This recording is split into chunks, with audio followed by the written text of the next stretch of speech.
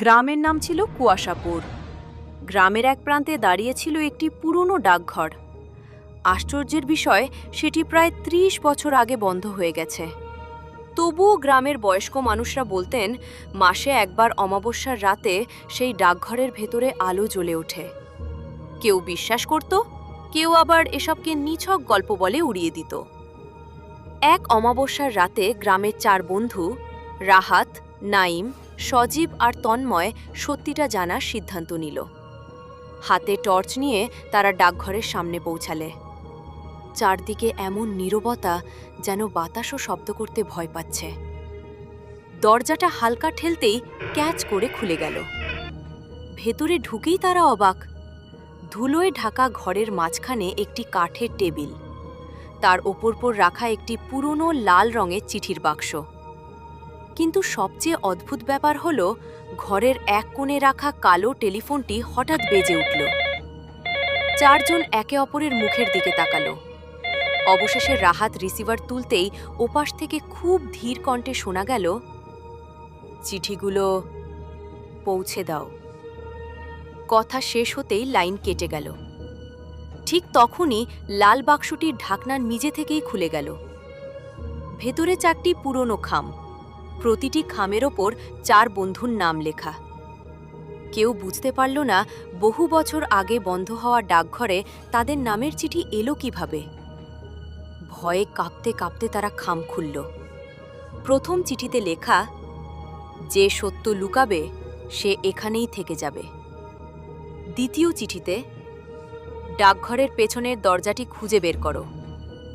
তৃতীয়টিতে, সময় শেষ হওয়ার আগেই বেরিয়ে যাও।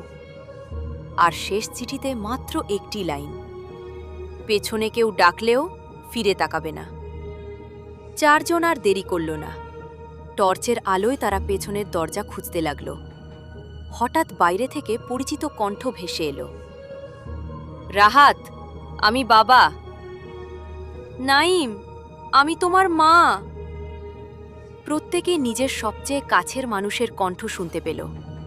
তন্ময় ফিরে তাকাতে যাচ্ছিল। ঠিক তখনই সজীব চিৎকার করে বলল, চিঠির কথা মনে কর। তারা চোখ বন্ধ করে দৌড়াতে লাগল। অনেক খোঁজার পর দেয়ালের আড়ালে লুকিয়ে থাকা একটি ছোট দরজা পেল। দরজাটি ঠেলতেই তারা বাইরে এসে পড়ল।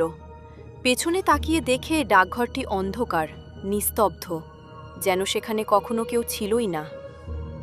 পরদিন সকালে গ্রামের প্রবীণ একজন মানুষ তাদের গল্প শুনে দীর্ঘক্ষণ চুপ করে রইলেন।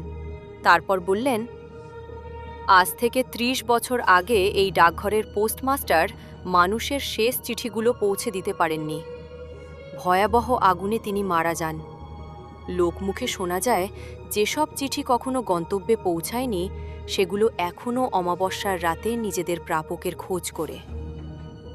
রাহাত ব্যাগ খুলে দেখল, আগের রাতে পাওয়া ৪টি খাম এখনও ভেতরে আছে, কিন্তু এবার খামের ওপর তাদের নাম নেই। ৪টি খামের ওপর লেখা, পরের অমাবস্যায় নতুন ৪ জন আসবে। সেই ঘটনার পর ৪ বন্ধু আর কখনো রাতের বেলা ওই রাস্তা দিয়ে যায়নি। তবে গ্রামের মানুষ এখনও বলেন, অমাবস্যার গভীর রাতে যদি কেউ কুয়াশাপুরের পুরনো ডাকঘরের পাশ দিয়ে যায়, খুব আস্তে একটি টেলিফোন বেজে ওঠে।